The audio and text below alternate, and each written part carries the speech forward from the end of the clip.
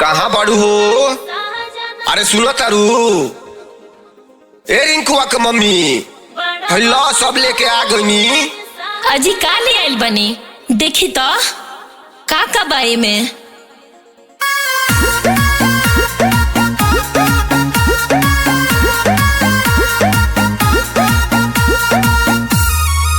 लेके आ गईनी फल फल हरिया गईले रही हो यार बजरिया। लेके आ गईनी फल फल हरिया गईले रही हो यार बजरिया। जमन तू कहलू ले आइल हो पानी सुनो ए हमार हुजूर। बड़ा बकलो लय सजनवा तोहरा तो कुछ के न होलो।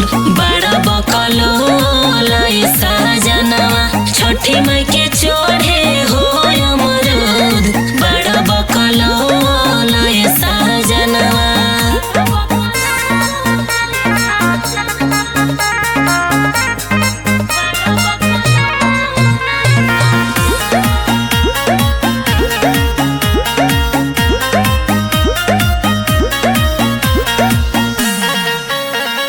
बस के दौरिया बाड़े कल सूप दिया नावा हो। छोड़ ले हम कुछू नहीं की देखी लो समानावा हो।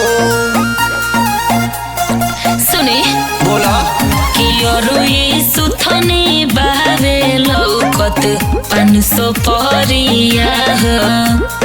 कि कोसिया भरब कैसे मुखिया नइखे बढ़िया हो। चिंता न कर फिर से ले आई जाके खेतरिया से तू। बड़ा बकलो लय सजनवा तोहरा तो कुछ के न होलो। बड़ा बकलो लय सजनवा छठी माई के चढ़े हो अमरूद। बड़ा बकलो लय सजनवा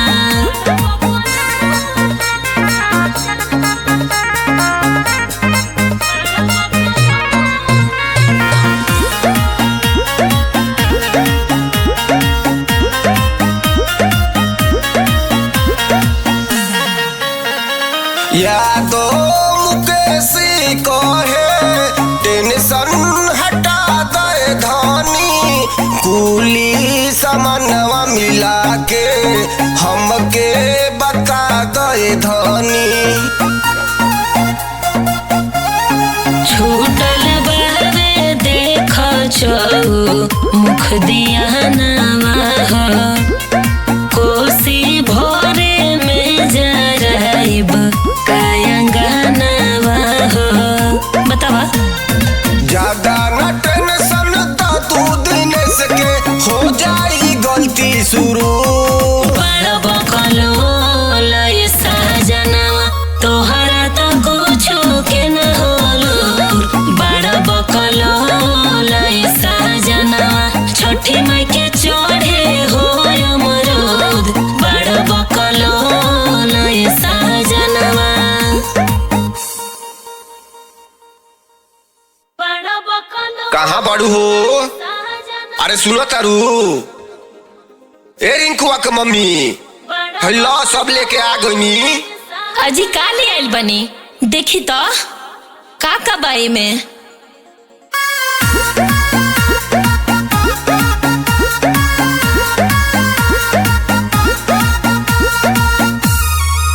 लेके आ गईनी फल फल हरिया गईले रही हो यार बजरिया।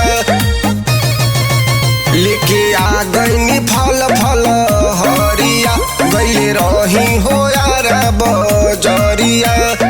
जमन तू कहलू ले आइल हो पानी सुनो ए हमार हुजूर। बड़ा बकलो लय सजनवा तोहरा तो कुछ के न होलो।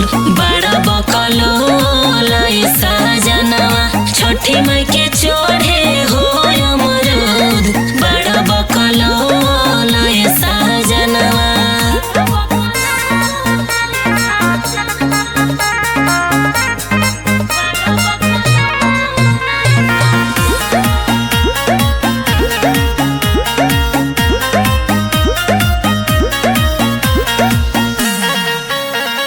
बस के दौरिया बाड़े कल सूप दिया नावा हो, छोड़ ले हम कुछू नहीं की देखी लो समानावा हो।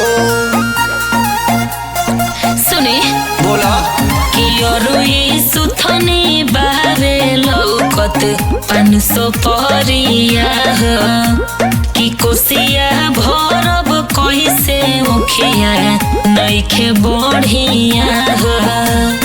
चिंता न करो फिर से ले आई जाके खेतरिया से दूर। बड़ा बकलो लय सजनवा तोहरा त कुछो के न होलो, बड़ा बकलो लय सजनवा छठी माई के चढ़े हो अमरूद, बड़ा बकलो लय सजनवा।